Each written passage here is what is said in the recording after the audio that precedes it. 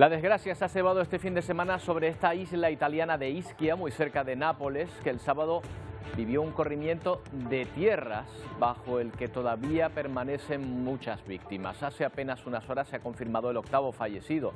En el corrimiento ha perdido la vida también 2 niños y un recién nacido. Otras 4 personas siguen desaparecidas.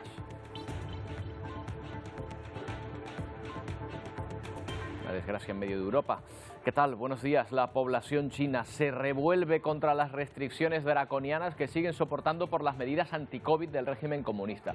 Por mucho que en el resto del mundo haga ya tiempo que se vive con el virus del COVID sin apenas medidas de precaución. Manifestaciones inéditas desde hace años en el país y protestas generalizadas contra el recorte constante de sus libertades, que muestran un pueblo harto de confinamientos y control masivo.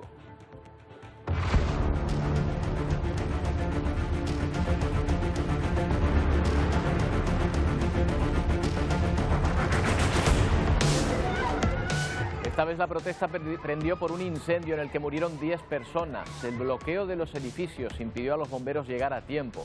Las protestas se extienden por Wuhan, la ciudad donde comenzaron los primeros casos de la enfermedad hace ya 3 años. Mientras el régimen chino insiste en su política de COVID-0 para evitar los contagios de cualquier modo, pero queda por ver si la presión popular va a obligar a relajar estas medidas.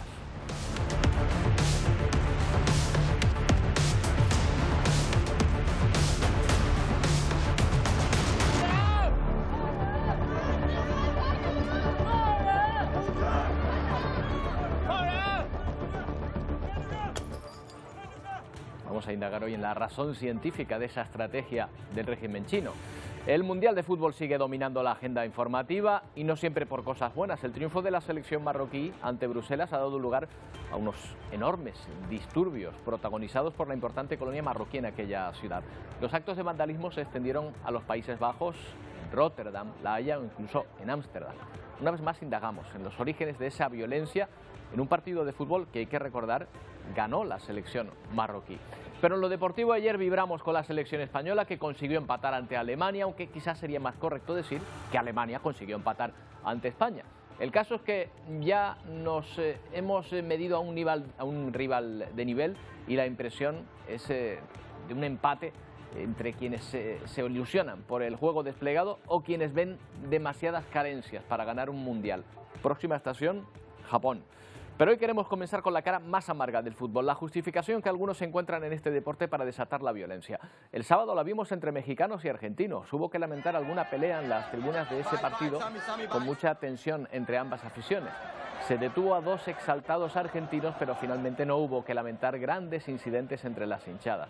Para evitar incidentes mayores, las autoridades argentinas habían hecho un listado de 7.500 personas a las que se prohibió viajar a Qatar.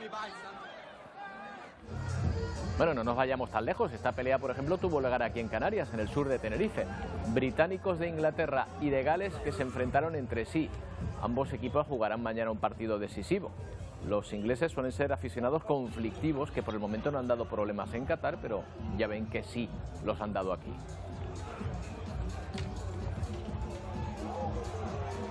Lo que llama la atención es que los conflictos partan de los aficionados que acaban de ganar su partido. Es lo que ocurrió tras el triunfo de Marruecos sobre Bélgica, que llevó a disturbios en la capital belga y otras ciudades neerlandesas, y que obligó a intervenir a la policía. Coches y patinetes en llamas y gran parte del mobiliario urbano totalmente inutilizado. Así ha acabado la noche en Bruselas, donde cientos de aficionados han protagonizado numerosos altercados.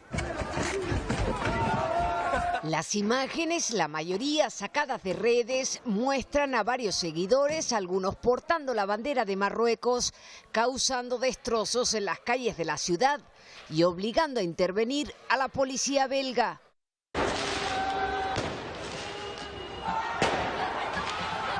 Varias estaciones de metro fueron cerradas y numerosas calles bloqueadas para limitar los tumultos. En Lieja, unas 50 personas atacaron una comisaría rompiendo los cristales y dañando 2 vehículos de la policía. También hubo incidentes en Amberes, donde hay una decena de detenidos. Una imagen muy distinta a la que ofrecían los aficionados de ambas selecciones en Qatar, donde ha imperado la deportividad.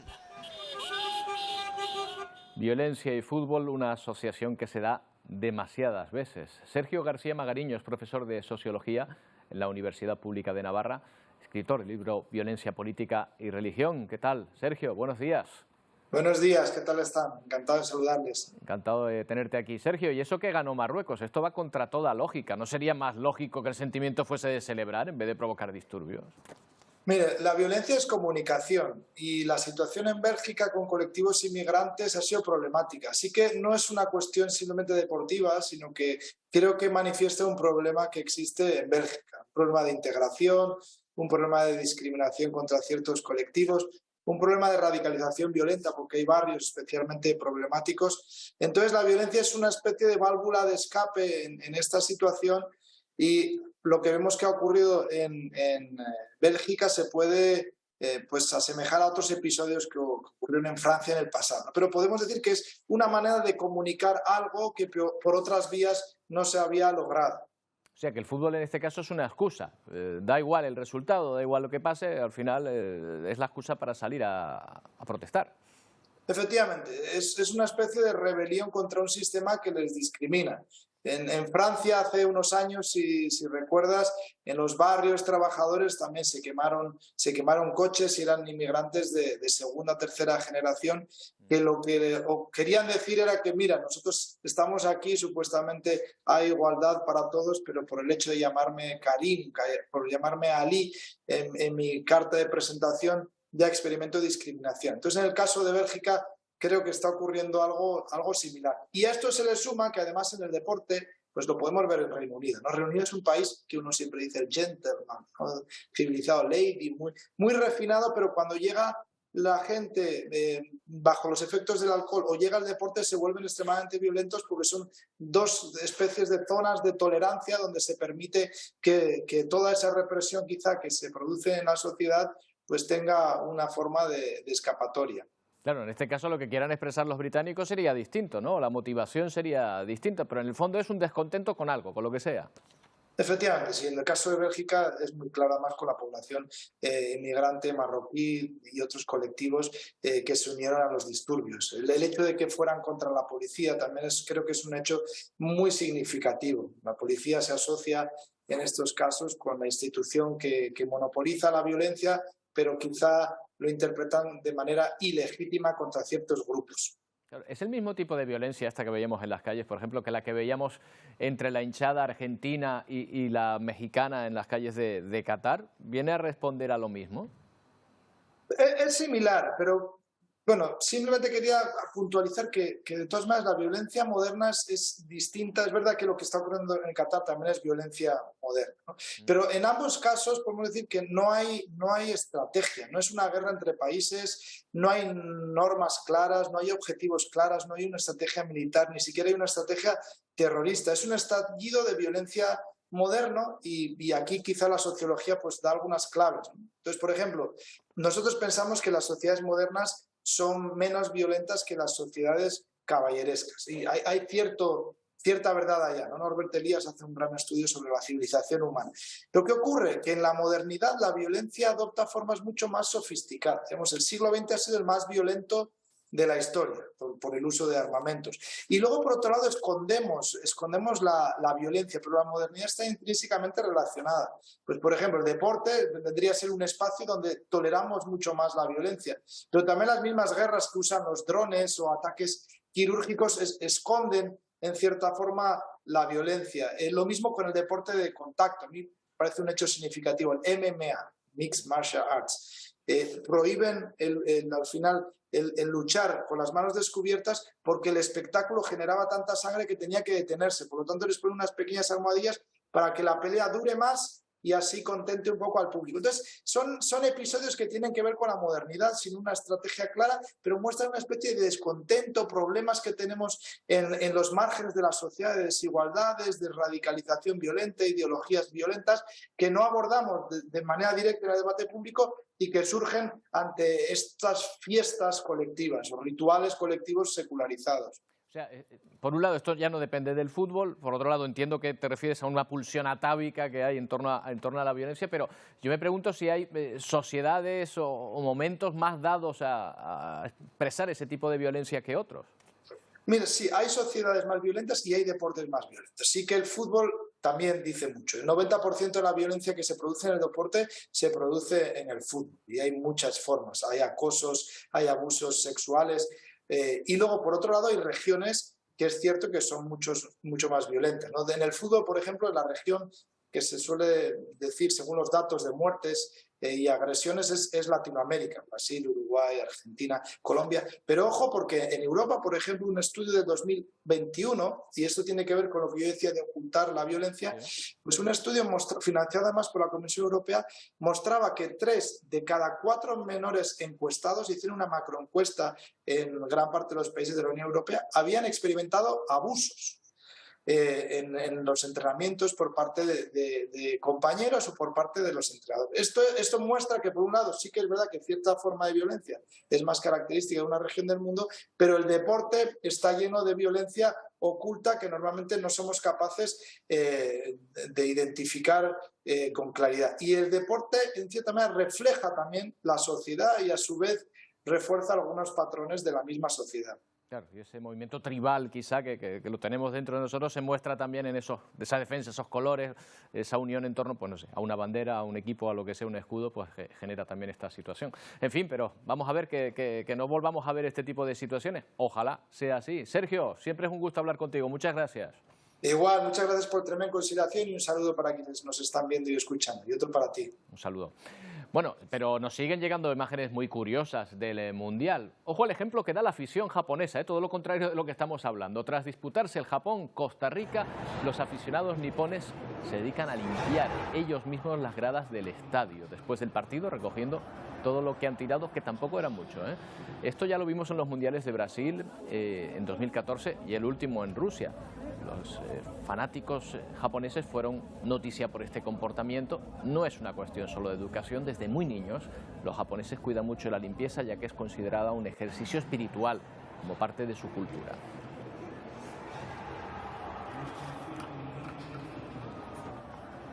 Pues bien por los japoneses, y aquí otra muestra de buen rollo. Los aficionados iraníes interrumpiendo a un reportero israelí mientras celebraban su victoria sobre Gales. Bueno, bromeaban con el periodista que les siguió el juego. Esta imagen tiene una carga mucho mayor de lo que parece, porque Irán e Israel son países enemigos históricos. Además, Qatar no reconoce a Israel, aunque ha dejado a sus periodistas trabajar. Esos periodistas han dicho que muchos aficionados árabes simplemente no les atienden. De ahí que llamara la atención como estos iraníes dejaran la política aparte para vacilar con el periodista y tener ese buen gesto.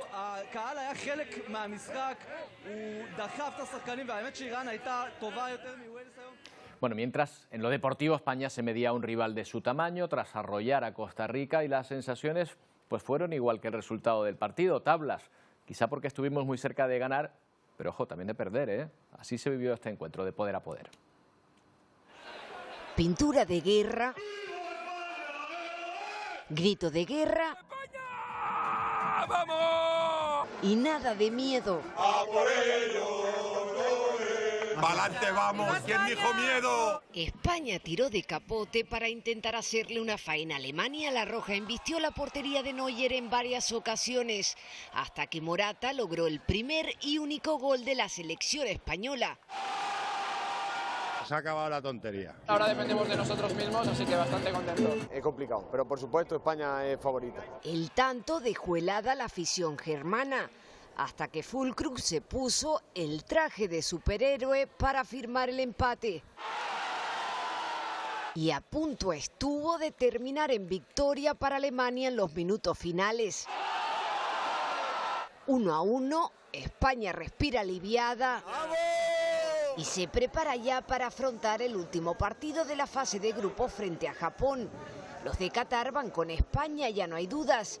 En el Al Bayt había 5.500 españoles y 7.000 alemanes, pero los que estuvieron más arropados fueron los nuestros. Los chicos de Luis Enrique caen bien, eso que tenemos ganado. Bueno, quiere ir recuperando cualquier tipo de apoyo, nunca viene mal. Julián Redondo es presidente de la Asociación Española de Prensa Deportiva. ¿Qué tal, Julián? Buenos días. ¿Cómo se te queda el cuerpo? Muy buenos días. Después de este partido. La verdad es que bien, no vamos a decir que mal. Bien porque hemos empatado con Alemania, un adversario al que hace aproximadamente un año le ganamos 6-2. Pero esto es un mundial y un mundial no es ni lo de Costa Rica ni lo de Alemania, es un término medio. Así que yo creo que estamos en el buen camino y no viene mal un partido de estas características con un empate final que después de habernos adelantado en el marcador, pero que tiene que servir de lección para lo inmediato. Bueno, lección 1, que a lo mejor muchos equipos empiezan a ver que la presión sobre España para que no tenga el balón es una receta buena, o sea, jugar al ataque total, ¿no?, contra nosotros. Claro, pero no todos los equipos, no todas las selecciones pueden hacer el esfuerzo que hizo Alemania, porque Alemania, aparte de físico, también tiene técnica. Y España tiene físico, quizá un poquito menos que Alemania, pero mucha técnica. Y eso es lo que nos llevó a ver contra Costa Rica el partido excepcional y perfecto por excelencia, y lo que nos llevó contra Alemania a, en los últimos minutos, pues pasarlas de Caín, porque la fuerza de los germanos se apoderó un poco incluso de los nervios templados de los españoles. Un equipo que no está acostumbrado a rifar el balón ni a pasárselo al contrario. Y eso es lo que vimos en los 10 últimos minutos. ¿Qué es lo que hay que corregir? Precisamente eso. Sangre fría, el temple y a por ellos, que son muchos, pero están a nuestro alcance. El estilo no se discute, lo de sacar el balón jugado, o sea, cueste lo que cueste. Oye, Unai Simón, ¿tú crees que patrocina alguna empresa de desfibriladores o algo así? El portero. Pues no sé si de desfibriladores, de aspirinas o qué, pero desde luego nos mantiene casi todo el partido, y sobre todo en partidos como este, con el alma en un puño. A Luis Enrique le gusta que Unai saque el balón de esa manera y Unai hace exactamente lo que le dice su entrenador. Otra cosa es cómo lo vivimos los aficionados, ¿no? Porque es un sinvivir constantemente, porque juegan en 10 metros pero dentro del área y eso da a veces mucho pavor, mucho miedo. Sí. Estábamos ahí, suéltala ya, yo creo que estábamos todos. Bueno, Japón ganó a Alemania, Costa Rica ganó a Japón, España ganó a Costa Rica. Aquí no hay enemigo fácil. No, porque claro, por esa regla de 3 o por esa ecuación, que las ecuaciones en el fútbol no existen, podríamos pensar que España ganará 14-0 a Japón, puesto que fue derrotada por Costa Rica, y que a Alemania le íbamos a ganar, puesto que Japón ganó a Alemania. Bueno, pues no, el fútbol no es una ciencia exacta, y yo creo que al final, en un campeonato como este, que es de regularidad, lo que vamos a tener que ver son partidos en donde no todo sea la excelencia y de cuando en cuando nos acompañe el sufrimiento como ayer. Claro. Pero me parece que el resultado de ayer para lo que vimos es bastante lógico. Claro, hay que recordar, oye, cuando ganamos el campeonato del mundo, ganábamos por un gol, como mucho. Yo no sé si lo máximo que se metieron fueron 2 o 3 goles en un partido, pero mucho más. Dos. Pues mira. España en los 7 partidos marcó 8 goles en Sudáfrica. Pues o sea que fíjate, y aquí España en 2 partidos ya lleva 8, bueno, ni aquello ni esto. Sí, exacto. Ni una cosa ni la otra, con tranquilidad. Pues nada, Julián, un placer. Vamos a ver si en el próximo partido podemos ya celebrar el pase a octavos.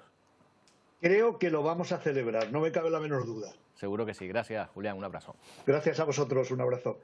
Bueno, pues la guerra de Ucrania, ya al margen del deporte, es ahora mismo contra el frío y los cortes energéticos, y también ahí asegura el presidente de este país, Zelensky, que se ha conseguido estabilizar el sistema energético. La mayor parte de la población de la capital ucraniana, por ejemplo, vuelve a tener electricidad y agua justo cuando empiezan a llegar temperaturas ya 7 grados por debajo de cero. Aún así, todavía existe un déficit de producción de alrededor del 20%. Más de 1000 técnicos trabajan, según el gobierno ucraniano, en la reparación de los daños. El presidente ha advertido de que Rusia planea nuevos ataques y pide a la población que esté pendiente de las alertas aéreas. Una historia en torno a este conflicto. Era una de las estrellas del ballet ruso, pero abandonó el país con motivo de la guerra. La moral pudo con el sueño de Laura Fernández, de madre ucraniana y padre español, que ahora forma parte del ballet de Georgia. Cuando los compañeros bailarines de Laura comenzaron a hablar sobre la guerra en el Teatro Stanislavski, ella sabía que tendría que irse. They would say, yeah, no worries, it will end in a week, everything's going to be fine, but I mean, I knew that it's not. I mean, it was already starting and then it got worse and worse. Temía por sus familiares que vivían en Mariupol, una ciudad que ha quedado completamente devastada. I left because it was morally just very difficult for me to live there because I knew what Putin was doing to my family in Ukraine. Con 12 años en Zurich comenzó su andadura en el ballet, llegando a convertirse en 2020 en la estrella de Rusia. Ahora se ha unido al ballet estatal de Georgia. So I'm not against Russia. I love Russia. I love Moscow. I have also some great friends in Moscow, and I really enjoyed my life there. But at the moment, I'm just not ready yet to go back. En Georgia interpreta el papel principal de Giselle, además de actuar en ciudades como Los Ángeles o Sydney. Bueno, uno de los asuntos de los que vamos a hablar hoy, pero de los que nos están llegando imágenes en directo desde China, donde aumentan las protestas contra el régimen por su política para atajar el COVID, su estrategia de COVID-0. Esto que estamos viendo en directo ahora mismo es lo que está ocurriendo en Hong Kong. Allí ya se ha ocultado el sol, saben que son varias horas después, y estamos viendo algunas protestas precisamente contra las restricciones a las que obliga el régimen chino. Ya saben que son todavía enormes los controles de la población, la cantidad de test que se tienen que hacer continuamente, los cierres de barrios enteros y confinamientos de cientos de miles de personas en muchas de las ciudades chinas.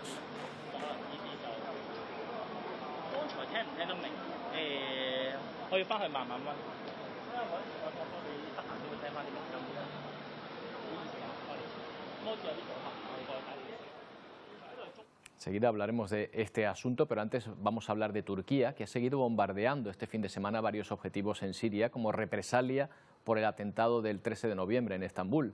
Ankara atribuye ese ataque, que dejó 6 muertos y más de 80 heridos, a los grupos milicianos kurdos, pero estos han negado su participación en el atentado. El presidente turco Tayyip Erdogan ha advertido este domingo de que Turquía está decidida a ejercer su derecho a asegurar sus fronteras. her türlü tasarruf hakkına sahiptir. زمان آن رسیده است که تمامی کشورهای آزادیخواه. Bueno, y esta mujer que ven es la sobrina del líder supremo de Irán. Y en este vídeo está criticando el régimen, un régimen que califica como asesino y que mata niños, haciendo un llamamiento para que el resto de países deje de apoyarlo y pidiendo que retiren a sus representantes en el país como gesto simbólico. ¿Cuál fue la respuesta? La detención de la mujer, que ya habría sido encarcelada en anteriores ocasiones. De hecho, forma parte de la rama opositora al gobierno, a pesar de que, como decimos, el líder supremo es su tío.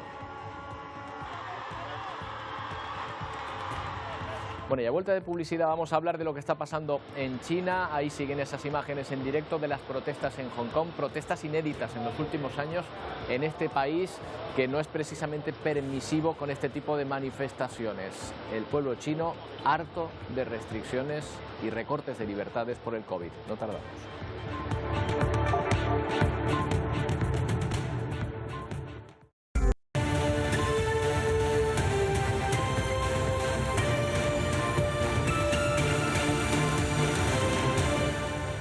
10:35 minutos de la mañana. Vamos ahora sí a hablar de la situación en China, donde la muerte de 10 personas en el incendio de un edificio confinado en la ciudad de Urumqi ha desatado una ola de protestas sin precedentes, por lo menos en los últimos años en el país.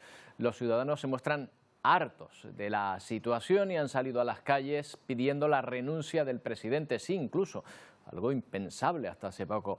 Como también era impensable esta imagen que está viendo, la policía china golpeando a un periodista de la BBC que cubría las protestas por el COVID en la ciudad de Shanghái. Un portavoz de la cadena británica comunicó que su reportero fue arrestado y estuvo horas detenido, pese a que es un periodista acreditado y que no ha recibido ninguna explicación ni disculpa por parte de las autoridades chinas.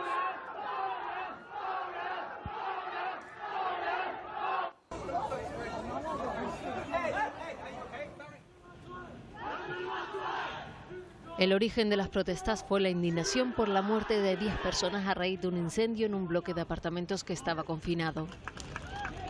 Las protestas se iniciaron a partir de una vigilia con velas y flores organizada en memoria de las víctimas. Este incidente se ha convertido en el último punto de inflexión en la creciente frustración de millones de ciudadanos en China que llevan 3 años con restricciones de movimiento y pruebas diarias de COVID.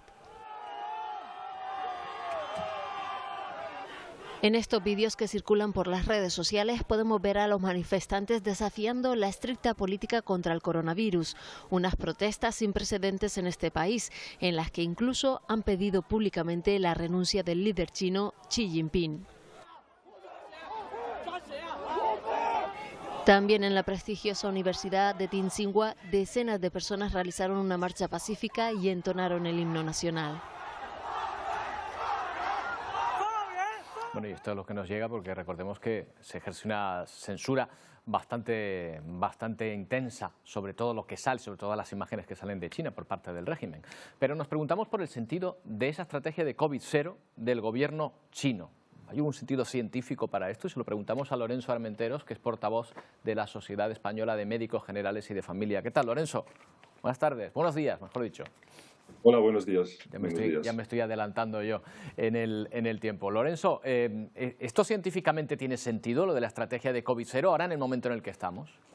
En el momento en el que estamos y con la variante circulante no tiene un sentido estrictamente necesario. O sea, no sería necesario hacer un tipo de estrategia tan intensa y con tanto coste social y en todos los aspectos, porque esta estrategia cero está teniendo unas consecuencias hasta en la propia economía china. La variante Omicron, con su grado de infectividad que tiene, es muy difícil de controlar a pesar de estas medidas, entonces hace cuestionar estas medidas. Claro, porque además de imponerla es difícil mantenerla, o sea, es difícil que surta efecto, que se pueda efectivamente evitar el contagio totalmente, ¿no? Es cierto, la variante... tenemos la suerte de que tiene un grado de afectación general menor a pesar de que sigue habiendo casos graves y sigue habiendo mortalidad por estas variantes, pero el grado de afectación es más bajo que las anteriores, cuando las medidas podrían estar más justificadas y fueron necesarias en prácticamente todo el mundo. Ahora mismo esta estrategia se cuestiona científicamente y la propia Organización Mundial de la Salud, en conversaciones con los científicos chinos, aconseja no tener unas medidas con tanto coste social y con otras implicaciones, que es lo que estábamos viendo que está ocurriendo en China, que actualmente hay un sentimiento generalizado contra estas medidas tan intensivas que están produciendo un gran malestar, hasta el límite de, en un régimen como el chino, habiendo unas manifestaciones e incluso pidiendo la dimisión del propio líder chino. Claro, Lorenzo, lo que pasa es que nos preguntamos qué teme, ¿no?, el gobierno chino, los científicos, de lo que pueda pasar si abren la mano. A lo mejor el coste de vidas humanas sería excesivo para ellos, que después de haber estado tanto tiempo, no sé, restringiendo el COVID y ahora lo que pueda entrar, el contagio pueda suponer un problema en ese sentido. Si miramos a nuestro alrededor, no serían tan... El número de muertes siempre es imprevisible porque hay que valorar para la mortalidad el estado de salud previo, el estado de vacunación o las personas que pueda haber frágiles, algo que desconocemos de cómo sería en China o cómo pueden estar en China. Pero a la vista de lo que tenemos en otros países no sería tan grave, no sería el nivel que ellos consideran que puede ocurrir de mortalidad. La experiencia nos dice que no ha sido en esas cifras que se pueden manejar. Pero es un compromiso adquirido por las autoridades chinas, incluso en todas las estructuras. Es un compromiso absoluto del gobierno, que tiene un lema de decir que la población y su salud por encima del resto, y incluso justificando esta serie de coartar los propios derechos humanos que puedan tener en la población, o libertades que puedan tener la propia población. Otra hipótesis que se nos ocurre. ¿Es posible que a lo mejor lo que pretenda el gobierno chino es que el virus vaya perdiendo fuerza y abrirse cuando ya tenga mucha menos fuerza que ahora, o esto no funciona así? El virus ha perdido fuerza con independencia de las estrategias. Eso lo estamos viendo que ha ocurrido donde hubo estrategia cero o donde no ha habido estrategia cero. Lo que ocurre es que cuando el virus pierde fuerza pero aumenta el grado de infectividad, se producen más número de casos y entre este número de casos se puede incrementar también la propia mortalidad. Pero el virus ha ido perdiendo fuerza desde las primeras variantes, la variante Wuhan, las siguientes perdían a medida que iban pasando por los seres humanos una capacidad de hacer daño. Aún repito, no estamos ante una enfermedad que podamos banalizarla, pero sí que las variantes Omicron son muy diferentes a las variantes de Delta, por ejemplo, que era mucho más agresiva y aunque el grado de contagiosidad era menor, pero el grado de afectación orgánica era mucho más alta. Se ha perdido con independencia de la estrategia. Lorenzo, entonces podemos concluir que las motivaciones de esta estrategia de COVID-0 puedan responder a otras razones que no sean estrictamente científicas. Quizá es una pregunta que sobrepasa mi capacidad de respuesta, porque el Estado chino es un Estado hermético y sus razones tienen que tenerlas de alguna forma, las sabrán ellos, pero desde el punto de vista que podemos hacer desde otra órbita, podemos decir lo que estamos diciendo, pero esas razones íntimas que puedan tener las autoridades chinas las desconocemos. Lo que estamos hablando es lo que ha ocurrido con la evidencia científica en otros lugares y ya le digo, con independencia del grado de afectación o de restricción que se hubieran aplicado. Pueden haber, lo que sí está claro es que la vacunación es muy efectiva y eso sí que debe de fomentarse absolutamente, porque eso ha hecho en gran parte que se reduzca el grado de afectación del propio virus. Y después hay que tomar otra serie de medidas en determinados lugares, determinadas situaciones donde la distancia no se pueda mantener. Y algo que se debe dar mucha importancia y que debemos trabajar en ello es en los sistemas de ventilación. Con estos 3 puntos se puede hacer una vida o convivir de una forma normal con el virus o de cierta manera, bueno, normal no sería la palabra, pero podríamos hablar de una convivencia con el virus evitando daños mayores. Lorenzo, un placer hablar contigo. Gracias por atendernos. Muchas gracias. Saludos. Bueno, pues vamos a ver precisamente lo que está ocurriendo, porque tenemos imagen en directo ahora de una de esas protestas, la que se está desarrollando en Hong Kong, de esta manera, una protesta pacífica, no masiva como la que hemos visto en otros puntos, pero sí de resistencia pasiva, que es lo que estamos viendo en estos momentos. Y atención, porque vemos también cómo empiezan a llegar policías, pese a la forma en que se está desarrollando la protesta. Y no sabemos si tratarán de disolver esta manifestación, pequeña en principio, pero se ve que en una zona céntrica de Hong Kong, en contra de las restricciones. Ya vemos que allí las protestas no son demasiado bien admitidas y vemos, a pesar de la tranquilidad con la que se está desarrollando, la cantidad de policías que se van acercando a la zona y que empiezan a acordonar a estas personas que están protestando, por cierto, con carteles en blanco. Con pancartas en blanco.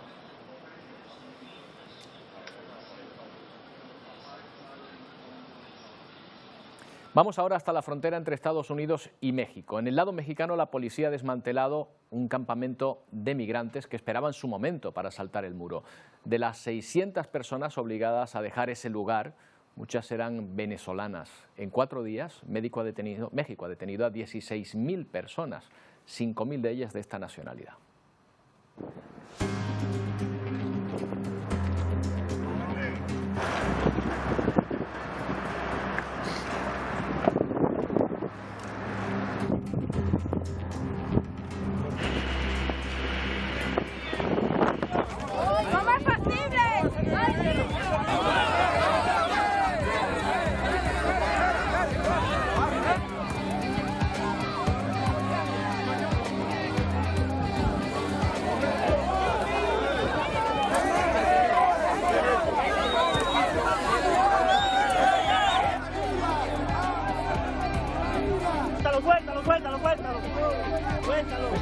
¿Cómo es posible?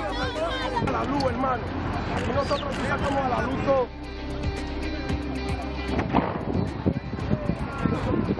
Foto, grábenlo. Pero hay que ir a la vez. ¡Dale!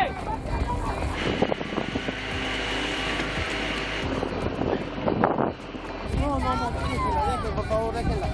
Déjenlo. Aquí nosotros llegamos a la luz todo. Ya como tratan a la gente. Y el gobierno republicano de Texas, reelegido en las últimas elecciones de medio mandato, habría mandado a más de 13.500 personas migrantes de a estados demócratas como Nueva York. Dicen que como protesta por la escasa política fronteriza y migratoria del gobierno estatal. Los estados receptores denuncian: es inhumano que se utilice a estas personas como moneda de cambio. Son bienvenidos. Así recibió Filadelfia a 100 personas enviadas en autobús desde Texas a Pensilvania. La política del gobernador Greg Abbott de relocalizar a 13.500 personas busca que gobiernos locales demócratas asuman responsabilidad ante llegada de migrantes. Casi 8.400 a DC, más de 3.800 a Nueva York, más de 1.200 a Chicago, casi 100 a Filadelfia. Texas está haciendo todo lo posible para brindar ayuda a nuestras abrumadas comunidades fronterizas. La estrategia es aplaudida por muchos. Hace 2 semanas, Abbott ganó su segunda reelección en el cargo con un 54,8% del apoyo, pero también es criticada por otros, especialmente sus homólogos, quienes califican el acto como irresponsable e insensible. Es triste e indignante que el gobernador Abbott y su administración continúen implementando sus políticas crueles y racistas. Abbott asegura que continuará trasladando migrantes a otros estados hasta que haya lo que él llama mejor control fronterizo por parte de la actual administración. Mientras tanto, el estado sigue viendo llegar más personas, por lo que nuevos destinos podrían ser dados a conocer próximamente. Una de las fronteras donde más tensión se vive estos días es la que separa República Dominicana y Haití. Hasta este domingo esa frontera permanecía cerrada, ni siquiera las mercancías podían entrar en territorio haitiano. Denuncian las deportaciones que realiza el gobierno dominicano hacia Haití, que Estados Unidos incluso califica de discriminatorias. Tras una semana la frontera ya se ha reabierto, aunque no se sabe cuándo tardará en cerrarse de nuevo. Al nombre del pueblo haitiano, para empezar en este encuentro, nosotros queremos que tú pedir excusa pública. No es una reunión en un despacho, pero así Haití y República Dominicana buscan una solución al cierre de fronteras entre ambos países que lleva una semana impuesto. Nosotros no tenemos que pedir disculpas porque no le hemos faltado el respeto a Haití. Pero las disculpas exigidas por Haití no llegaban. Los comerciantes desesperados tomaron la iniciativa y la abrieron por la fuerza. Después de una semana, los vehículos con mercancías comienzan a entrar en Haití. Haitiano y dominicano, está bueno para todos ahora. Por el bien de los dos países, porque si bien nosotros los comerciantes del país nos beneficiamos, pero ellos logran conseguir su mercancía que también les hace falta. Así el presidente dominicano Luis Abinader ya no solo continuará con las deportaciones, dice aumentará la presencia de sus militares ante la creciente tensión. Estados Unidos, eso sí, critica sus duras políticas migratorias y las devoluciones en caliente que afectan a la población haitiana. Bueno, y vamos a conocer la última hora sobre el tiroteo en Brasil en el que un joven de apenas 16 años ha disparado en al menos 2 colegios, provocando 4 víctimas mortales. El agresor ya está detenido, se investiga si habría disparado de forma planeada. Nos lo cuenta desde Brasil Dan Sister. Saludos desde Brasil. Lamentablemente murió la 4ª víctima de este terrible tiroteo en 2 escuelas en Aracruz, estado de Espíritu Santo. Es la maestra Flavia Merson, quien estaba hospitalizada en estado grave. El asesino de tan solo 16 años usó en el ataque el arma de su padre, que es un policía militar. Él usaba una mascarilla y una ropa con la suástica nazi en el brazo. Fue arrestado horas después en su casa, donde la policía ubicó varios otros símbolos nazis. El joven admitió que planeaba este atentado desde hace 2 años y que no tenía un objetivo definido. El motivo aún está siendo investigado. Debido a que el criminal tiene menos de 18 años, va a responder por acto infraccional análogo a homicidio. La pena máxima es de solamente 3 años en la cárcel, pero puede quedar internado hasta que complete 21 años. Y aún hay gente que ni siquiera quiere debatir la reducción de la mayoría penal en nuestro país. Reportó desde Brasil Dan Sister.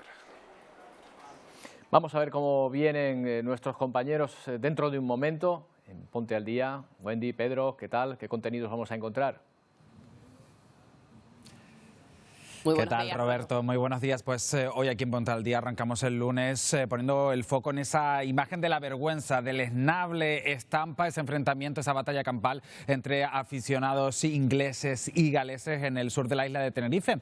En Las Verónicas, que incluso ha llegado a que la policía local incremente las medidas de seguridad en la zona. La pregunta que nos hacemos hoy en el programa y que también le trasladamos a todos los que nos están viendo es si este tipo de escenas pueden perjudicar la imagen de Canarias en el exterior. Abordaremos este asunto con expertos a lo largo de todo el programa. Pero y todo ello sin perder de vista también la protesta de los transportistas que llevan hoy a cabo en la capital Gran Canaria, Las Palmas de Gran Canaria. Han participado 400 camiones, 50 de ellos han recorrido esa avenida marítima, además con una sonora pitada. Incluso se han visto obligados a cerrar algunas de las calles. Y muchos en casa se estarán preguntando ¿qué reclaman? ¿Qué soluciones se les puede dar a estos transportistas canarios? Pues quédense con nosotros y se lo vamos a resolver en tan solo unos minutos aquí en Ponte al Día. Hasta ahora. Hasta ahora. Hasta ahora, compañeros. Nosotros nos fijamos en un corrimiento de tierra que ha dejado 8 víctimas mortales en el corazón de Europa, en Italia, en la isla de Ischia, una pequeña isla suroeste de este país. Antonio Cárdenas, ¿qué novedades tenemos sobre este acontecimiento? Novedades. Una de ellas es que se ha confirmado esa 8ª víctima. Hasta esta mañana eran 7. El gobierno italiano ya ha dicho que son 8. Y lamentablemente también entre esas 8 víctimas hay 3 personas, 3 menores de edad, de las cuales una era recién nacida, prácticamente un bebé. O sea que muy malas noticias nos llegan desde Italia. Estas son algunas de las imágenes que ha dejado ese corrimiento de tierra. Se ha dado, como ocurre en muchas ocasiones, una tormenta perfecta, lluvias torrenciales que han caído sobre una parte de la isla donde el suelo estaba debilitado, una montaña. Ischia es una isla montañosa, volcánica, como son las Islas Canarias también, y ese corrimiento de tierra desembocó en una localidad, la segunda en importancia de la isla. Hay 230 personas que han tenido que ser evacuadas, están ahora en otros refugios. Esos 8 fallecidos, y todavía se busca a 4 personas más que podrían aparecer o no, están desaparecidas en esta auténtica tragedia que ha ocurrido durante el fin de semana. Las primeras lluvias cayeron el viernes por la noche y esta crónica es de lo que ha ocurrido en esas horas posteriores, 48 horas hasta este momento. Envuelta en barro y todavía con las imágenes de la tragedia en la retina. Así comienza la semana en Ischia, una pequeña isla algo más grande que La Graciosa, situada frente a las costas de Nápoles, en el suroeste de la península italiana. Per quanto possa sembrare magari difficile da credere, cioè ha portato via macchine. Este vecino asegura que el deslizamiento de tierra arrasó con coches, incluso con partes de viviendas, con postes de la luz.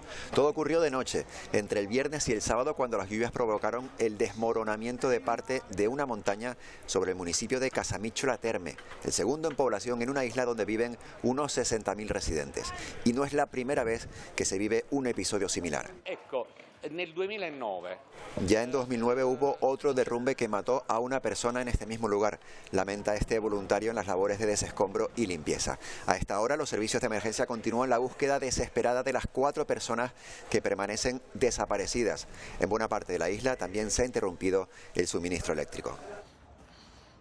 Bueno, la causa son las lluvias torrenciales en Italia, que contrastan con la extrema sequía que han sufrido allí, y que estamos notando también aquí en España, Antonio. Sí, sequía de la que ya hablábamos la semana pasada, Roberto. Recordamos que los embalses en España, en la península ibérica, en estos momentos están al 33% de su capacidad, que es mucho menos que en la media de los últimos 10 años, donde han estado al 50% en esta época del año. Y aquí en la Alhambra, como nosotros comentábamos, se está viviendo un episodio particular porque, como sabemos, la arquitectura musulmana depende mucho de esa relación entre el ser humano y la naturaleza.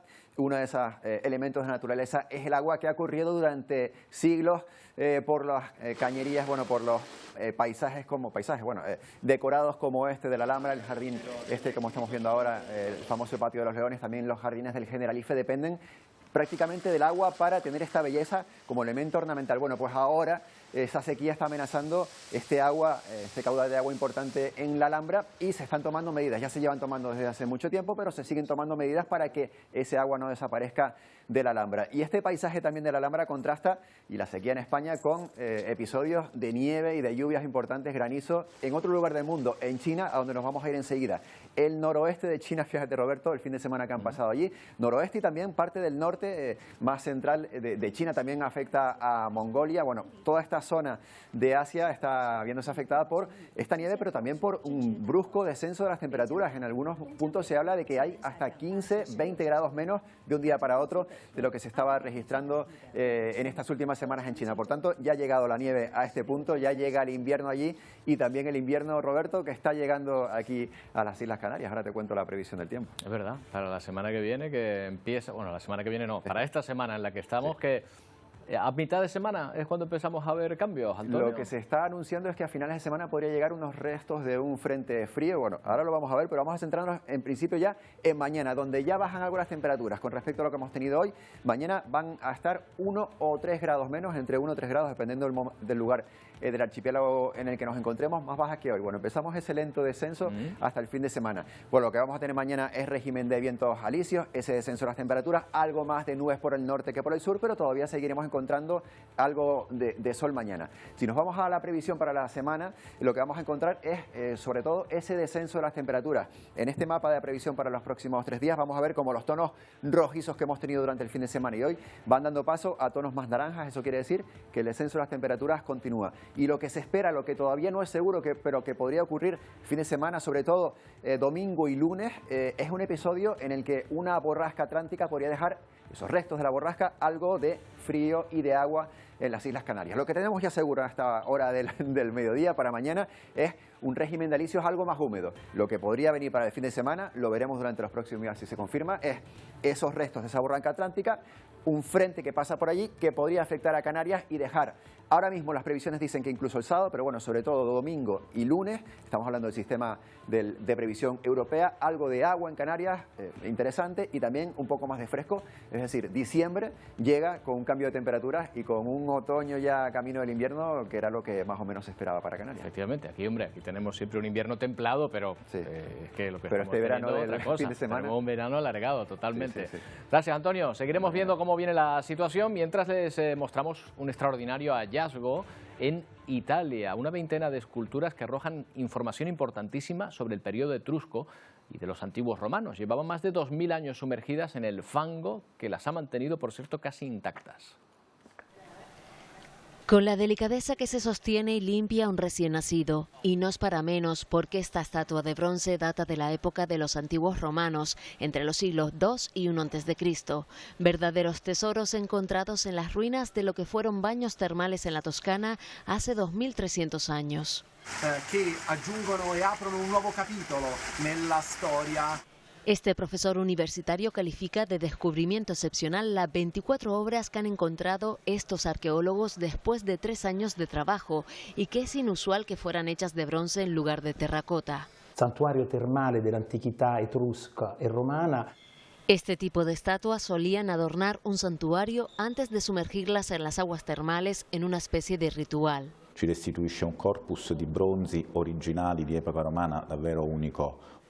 Estaban cubiertas por casi 6.000 monedas de bronce, plata y oro, además de aguas calientes, lo que ayudó a conservarlas casi como el día que fueron sumergidas.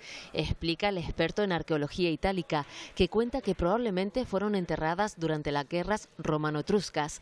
Después de la restauración, las estatuas serán devueltas a la Toscana para exhibirlas en un museo. Y nos vamos a despedir bailando, oye, como tiene que ser, así deberíamos despedirnos cada día. Hace unos días veíamos cómo Venezuela batía un récord, la mayor orquesta cantando temas de folclore. Bueno, pues el mismo país trata de intentarlo de nuevo, superando otra marca musical. En este caso han sido capaces de juntar a más de 2000 bailarines de salsa en un estadio olímpico. Ha ocurrido en Caracas, bailaron un tipo de salsa llamada rueda de casino. Ahí los ven, donde las parejas forman un círculo. Participaron 100 escuelas de baile. No sabemos si se ha validado el nuevo récord, pero parece que sí, ¿verdad? Así nos despedimos hasta mañana. Volvemos a las 11. Se quedan con Ponte al Día. Adiós.